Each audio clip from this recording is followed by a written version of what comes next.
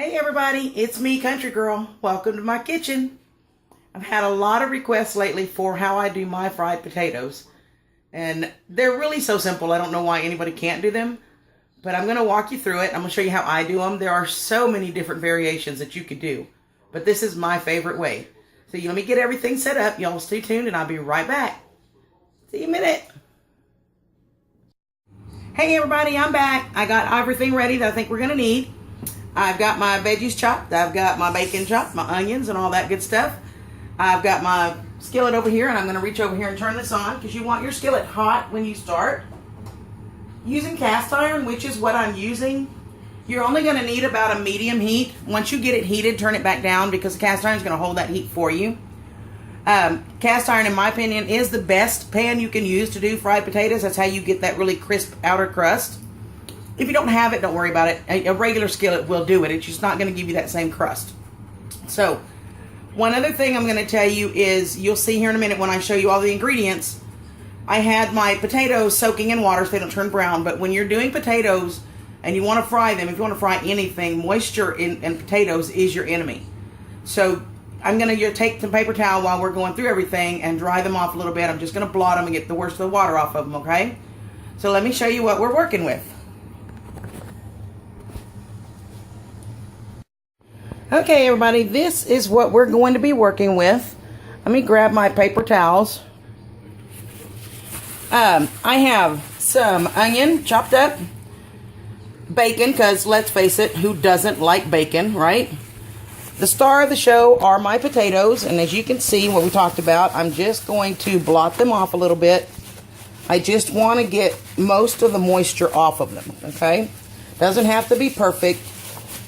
Just get as much as you can right off the surfaces. I'll shuffle them around a little bit and make sure I get it off my board. So once you got that, I'm going to use some salt and pepper, some basic Italian seasoning, some garlic powder, and a little bit of parsley. So let me move this over to the stove and we'll get it all put together. I'll be right back. Okay, everybody, we're back. As you can see, I have my cast iron skillet.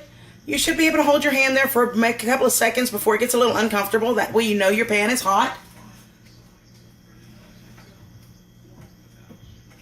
So I'm going to start with the bacon. You hear that sizzle? You should hear that when you put this in. If you notice, my bacon's kind of in cubes. When I do my bacon, I take it out of the freezer frozen, and I let it get about half thawed. It makes it easier to cut, it makes it easier to cube and do what I need to do, but it's all going to fall apart and separate as it cooks. So let me grab the rest of this.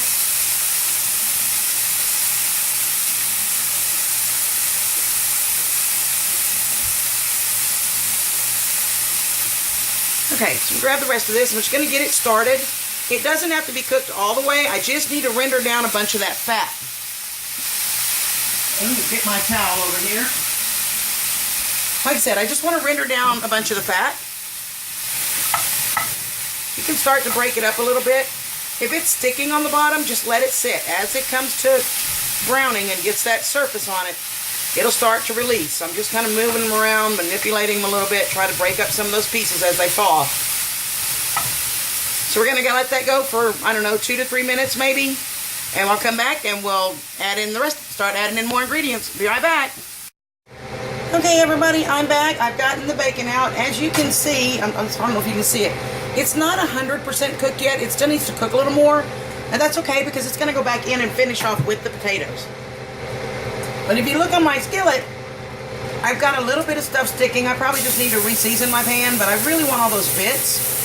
So I'm going to put just a little bit of chicken stock in here. Not too much. Just a little because you're going to need oil, not water, to fry them.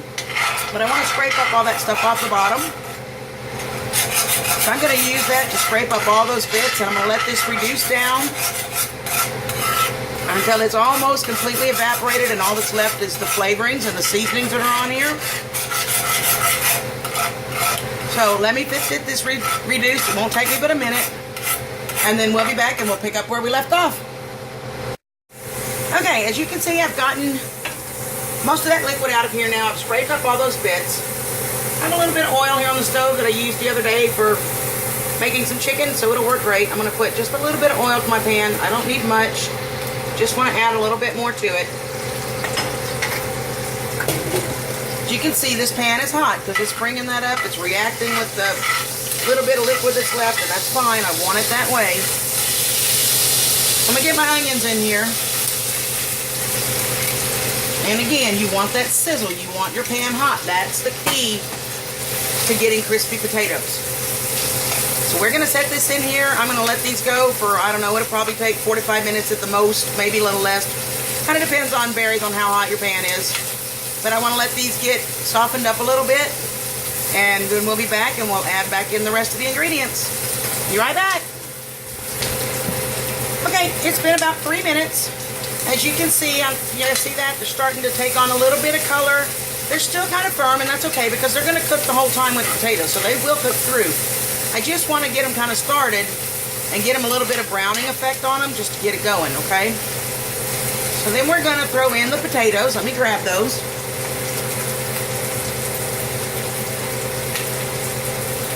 If I were smart, I'd have had these in a bowl to bring them over here, but I'm not, so y'all just have to watch me make a couple of tricks.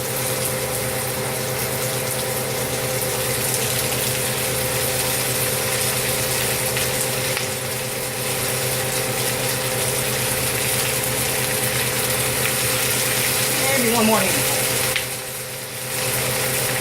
Somehow I always seem to cut more than I need, but they don't ever go to waste. I'll throw them in some stew or in some mashed potatoes later or something. Like, if you have leftovers, you're not using them all, it's not a big deal. Put them in some water, sealed tight container, throw them in your fridge. They'll keep for a few days. And I did intentionally cook more bacon than I need because I've got another meal going later. I'm going to make some meatloaf tonight, and that bacon's going to go in it. So I'm only going to use a part of this. Once you get all that in there, we're going to add the seasonings.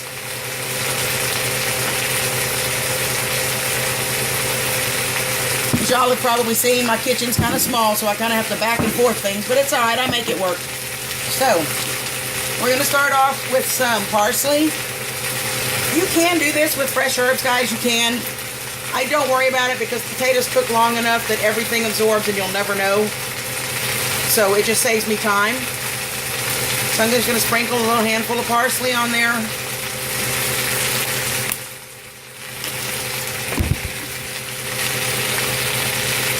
I don't measure, guys, so I can't tell you exactly what this is, but I have a philosophy. I start at this end, I shake it back and forth, and when I get to the other end, I make one trip back and I'm done. That's enough. I can't tell you. If I had to guess, I'd tell you it's probably half a tablespoon of garlic, maybe.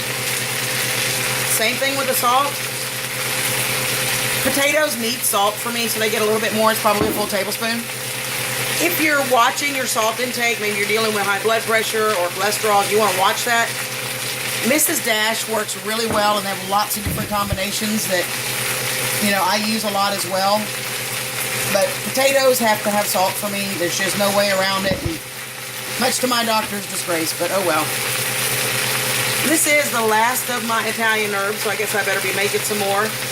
I don't spend a lot of money on fancy packs of herbs. I have my little grinder here, and, you know, I can buy all of these herbs pretty cheap.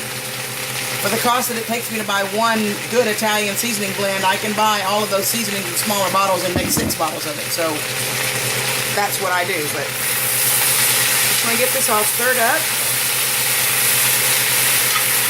Get those spices in, get the onions mixed in.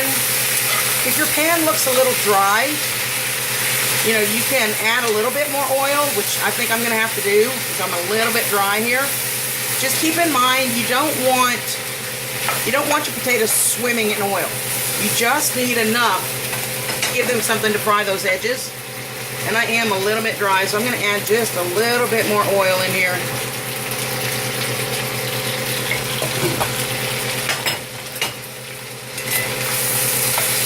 Much better. Now here's the thing. This is usually where most people mess up.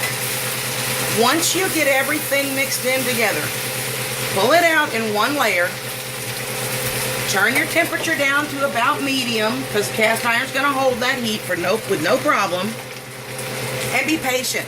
It's one of the things that people do is they get so impatient. But if you want that brown crust, you've got to let them sit. You got to let it get a crust on the bottom. So Just realized I had my fan on. I hope you guys can hear me the whole time. But you want that crust, and the only way you're going to get it is to let these sit. So I'm going to let these sit for several minutes. I'll check them, and then we'll come back and we'll finish this off. See you in a little bit. Okay, we're back. It's been about 7-8 minutes maybe. Let's see where we're at. See if we're getting that crust we want. Oh yeah, can y'all see that? You see that crust that's forming on there? It's golden, it's crispy. That's what you want. That's the look you're going for. So I'm going to rotate these around. They're probably, about a third of the way through their cooking process. So I'm going to rotate them around, get some more surface up against that bottom. We'll let them go another 9-10 minutes, and we'll be back, and we'll see where we're at. Okay, I'm back, and these are about ready to come out of the pan. I don't really, like I said, I don't want a grease fest here, okay? So I'm going to use a spotted spoon, and what I do is on my plate, I've just got 3 or 4 paper plates, which are going to help absorb some of the oil out of here, whatever little bit's in here. As you can probably see, there's not much in my pan. It's not something I'm stressing over. Turn this burner off. But I don't want it. I try to limit the fats and oil because, you know, I am on a diet somewhat. I'm not really diet necessarily. I just try to watch what I eat. But potatoes definitely don't necessarily fall on that, and I don't make them very often. They are one of my favorite foods on the planet, but I don't make them often for that reason. But I've had so many requests for you guys asking me how I make my potatoes, so I thought I'd go ahead and treat myself today and have a little bit, and I'll probably take the rest to the neighbors and give them away because I don't need to eat this many, but there you go. Let me go over here to the other counter. I'll move the camera over there for you, and we'll try them out. Be right back. Okay, we're back. I have fixed the plate. I don't know if you guys can see them really well, but there are lots of crispy edges, crispy bacon, my onions. Let's see how they taste. That is so good, you guys. The bacon just gives it that little bit of smoky flavor. The crisp edges on the potatoes. And then you bite into them. And they're soft, they're tender. Really, really good. And I hope you guys like these things. And try them out. It is the easiest way I know to make potatoes. They're really simple. Just a quick thing too, on the cast iron, as you probably saw, I had a little bit sticking, and that's, like I said earlier, I really need to re-season my pan. I haven't done it in a while. Now as good a time as any because I've got to clean that up. But if you season right, you really shouldn't have as much sticking as I did. So just take care of your cast iron. But give these things a try. You guys have a great day, and I'll see you next time. I'll be doing meatloaf tonight, and I'll see you there then. Bye-bye.